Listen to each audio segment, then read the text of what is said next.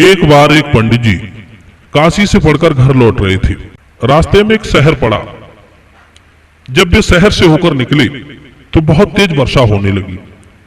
पास में कुछ ग्रंथ थे, छाता तो था नहीं, इसलिए एक मकान के दरवाजे के पास जगह देखकर खड़े हो गए। उसी मकान के ऊपर एक बेस्या रहती थी। बेस्या ने देखा कि उसके मकान के पास से एक गली गुजर रही थी जिसमें कुछ लोग एक मुर्दे को लेकर राम नाम सत्य है बोलते हुए जा रहे हैं। बेस्या ने तुरंत अपनी लड़की को बुलाया और कहा कि जाकर पता तो लगाओ कि यह मरने वाला व्यक्ति नरक में गया है या स्वर्ग में। बेस्या के कहने पर लड़की इस बात का पता लगाने के लिए चली गई।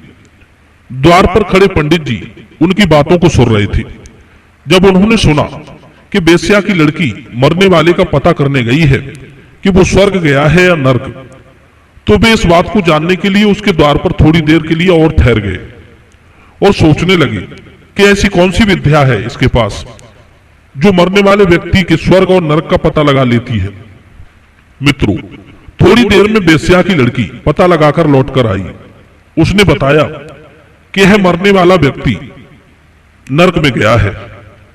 सुनकर पंडित जी भी बड़े हैरान हुए। उन्हें अपने कानों पर विश्वास नहीं हो रहा था। थोड़ी देर में उसी रास्ते से एक दूसरा मुर्दा आया। बेस्या ने उसी तरह फिर अपनी लड़की को भेजा और कहा कि जा पता लगाकर तो आ कि यह मरने वाला व्यक्ति स्वर्ग गया है या नरक। लड़की फिर गई और उसने पता लगाने के बाद आकर बताया कि यह व्यक्ति स्वर्ग में गया है। उत्तर सुनकर पंडित जी फिर संशय में पड़ गए। सोचने लगे कि मैं इतने वर्ष काशी में रहा, न जाने कितने ग्रंथों को मैंने पढ़ डाला, पर यह पता लगाने का ज्ञान तो मेरे पास भी नहीं है कि मरने वाला व्यक्ति नरक में गया है या स्वर्ग में। मुझे लगता है यह विद्या भी मुझे अवश्य सीखनी चाहिए। भले ही यह बेस्या है, पर ज्ञान जहां कहीं से भी मिले ग्रहण करना चाहिए, क्योंकि ज्ञान सिर्फ अपना ही भला नहीं करता है, न जाने कितनों का भला कर देता है। अब तो पंडित जी बेस्या के मकान पर चढ़े चले गए। बेस्या ने पंडित जी को देखा तो समझ गई कि यह व्यक्ति मेरा ग्राहक तो है नहीं, फिर क्यों मेरे पास चला आ रहा है। बेस्या ने आवाज देकर कहा, पंडित जी महाराज, यह स्थान आपके योग्य नहीं है। लोग मुझे एक दूषित स्त्री के नाम से जानते हैं।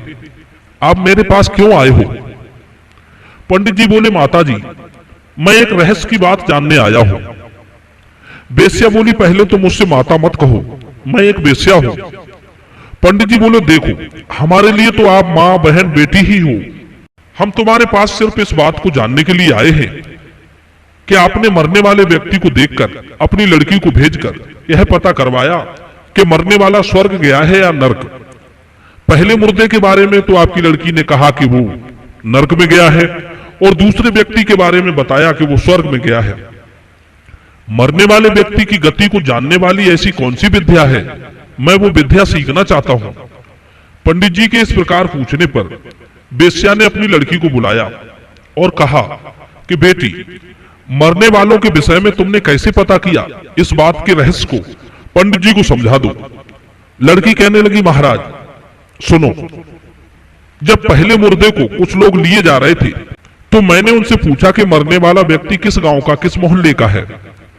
मैं पता लगाकर उस मोहल्ले में गई तो कुछ लोगों को, महिलाओं और बच्चों को रोता हुआ देखकर मैं समझ गई कि मृतक व्यक्ति इसी घर से गया है। फिर मैंने उसके पड़ोसियों के घर जाकर सुना तो लोग कह रहे थे कि अच्छा हुआ जो वो मर गया, बड़ा बुरा आदमी था, चुगली कर करके कई घर उजड़वा दिए, लोगों में लड़ाई करवा देता था, झूठी गवाही देकर कई लोगों को बेवजह फंसा दिया, दूसरों के पैर पर पैर देना, गरीबों के पेट पर लात मारना, ये उसका पेशा था। बहुत दुख देता था। मर गया तो बहुत अच्छा हुआ। ऐसी गंदगी को समाज में नहीं रहना चाहिए। ऐसी बातें मैंने कई घरों में सुनी तो मैं समझ गई कि यह व्यक्ति अच्छा नहीं था। मरने के बाद वो व्यक्ति नरक में ही गया है। दूसरा मुर्दा आया तो मैं उसका भी पता लगाकर उसके मोहल्ले में गई। वहां लोग बातें कर रहे थे कि राम राम राम राम, बड़ा बुरा हुआ जो देवता तुल्य व्यक्ति की मृत्यु हो गई। वो तो हमारे मोहल्ले का एक प्रकाश था, हर किसी की बिना स्वार्थ के सहायता करता था। कोई बीमार पड़ जाता तो रातों रात जागता रहता था किसी पर कोई भीड़ आफत पड़ती थी तो उसकी तन मन धन से सहायता करता था। उसके जाने से मोहल्ले में अंधेरा हो गया है। ऐसे लोगों को भगवान शीघ्र क्यों बुला लेते हैं? लोगों की प्रतिक्रिया से ही मैं समझ गई कि जिस व्यक्ति की लोग मरने के बाद प्रशंसा कर रहे हैं, उसके जाने पर दुख मना रहे हैं, वो व्यक्ति अवश्य ही अच्छा व्यक्ति था और वो स्वर्ग में ही गया है। व्यक्ति अपने जीवन में जो भी कर्म करता है वो ही कर्म उसकी गति निर्धारित करते हैं। यदि उसने बुरे कर्म किए हैं, लोगों का दिल दुखाया है, तो ऐसा व्यक्ति नरक में ही अपना स्थान बनाता है। साक्षी के रूप में उसके पड़ोसी, उसके गांव वाले अपनी प्रतिक्रिया देते हैं। कहते हैं जब व्यक्ति की मृत्यु हो जाती है तो मरने वाले के बारे में लोग क्या क्या सोचते हैं, क्या क्या कहते हैं, वे सारी बातें यमदूत लिख लेते हैं। उन्हीं बातों को साक्ष्य के रूप में यमराज के सामने पेश किया जाता है। जाहिर सी बात है, अच्छे व्यक्ति की लोग प्रशंसा करेंगे और बुरे की बुराई। आपकी अच्छाई आपके विरोधियों को भी विवश कर देगी आपकी प्रशंसा करने के लिए। इसलिए याद रखें, आपके द्वारा किए गए कर्म किसी को आहत ना करें जो वो आपकी बुराई कर सके। कुछ ईर्षालु लोग होते हैं, वे भले ही आपकी अच्छाई की प्रशंसा ना कर सके, पर मरने के बाद उन्हें भी आपकी प्रशंसा करनी पड़ती है। यही अच्छाई की ताकत है। मित्रों, यदि कहानी आपके समझ में आई हो तो कमेंट में हमें अवश्य बताना और वीडियो को लाइक करना। आप सभी का बहुत बहुत धन्यवाद।